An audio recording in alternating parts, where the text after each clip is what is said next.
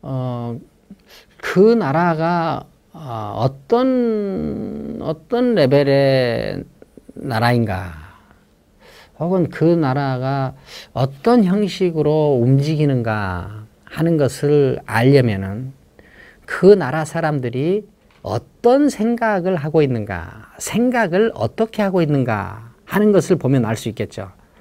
왜 그러냐면은 세계에 존재하는 모든 것은 다 자연만 빼놓고는 다 생각의 결과물들이기 때문에 그렇습니다. 그러면 그 나라가 어떤 레벨에서 움직이고 어떻게 운행되는가 하는 것을 보려면은 그 나라 사람들의 생각이 어떤 레벨에서 움직이는 것을 봐야 되는데, 그것을 보는 가장 좋은 방법은 그 사회가 가지고 있는 최고 교육기관에서 생각의 최고 단계를 다루는 방식이 어떠한 것인가를 보면 알죠. 생각의 최고 단계는 바로 학문적으로는 철학이라고 합니다. 그렇기 때문에 다른 말로 하면은 그 나라가 가지고 있는 교육기관에서, 즉 생각을 형성하는 기관에서 만들어내는 철학 박사학위 논문이 어떻게 나오는가 하는 것을 보면 알 수 있습니다. 우리나라는 1923년에 경성제국대학, 지금의 서울대학이죠, 생기고 1926년에 그 경성제국대학에 철학과가 생깁니다. 경성제국의 대학에 철학과가 생긴 이래로 지금까지 나온 거의 모든 철학 박사학위 논문은 다 무엇에 관한 연구입니다. 예를 들어서 여러분들이 서점에 가면은 광기의 역사라는 책을 보실 수 있는데, 이거는 미셸 푸코라고 하는 철학자가 쓴 매우 창의적인 박사학위 논문이었습니다. 그의 박사학위 논문이 책으로 나온 거죠. 자, 우리가 극단적으로 비유를 한다면 프랑스에서 그렇게 창의적인 매우 새로운 논문이 나오면은 이제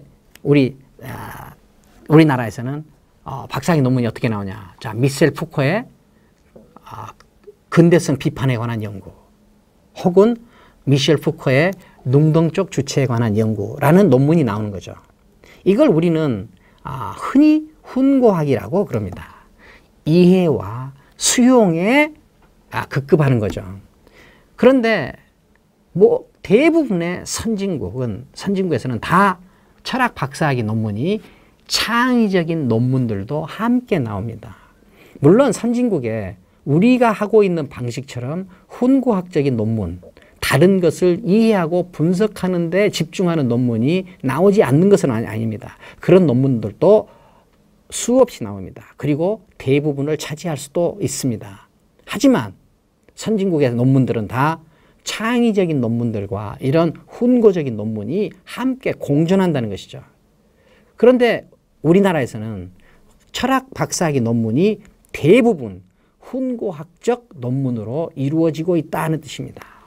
이거는 우리나라 사람들의 생각이 훈고학적으로 활동되고 있다는 것을 보여주는 구체적인 사례로 삼을 수 있습니다. 선진국에서 새로운 창의적인 생각이 나오면은 그 생각을 그대로 받아서 이해하고 분석하고 적용합니다. 이 구조는 그대로 산업에 연결됩니다. 그래서 선진국에서 어떤 새로운 창의적인 장르가 나오면은 그것을 그대로 받아서 또 그대로 재생산하거나 분석하거나 이해하죠. 이념도 그렇고 정치도 그렇고 법률도 그렇고 교육도 그렇습니다.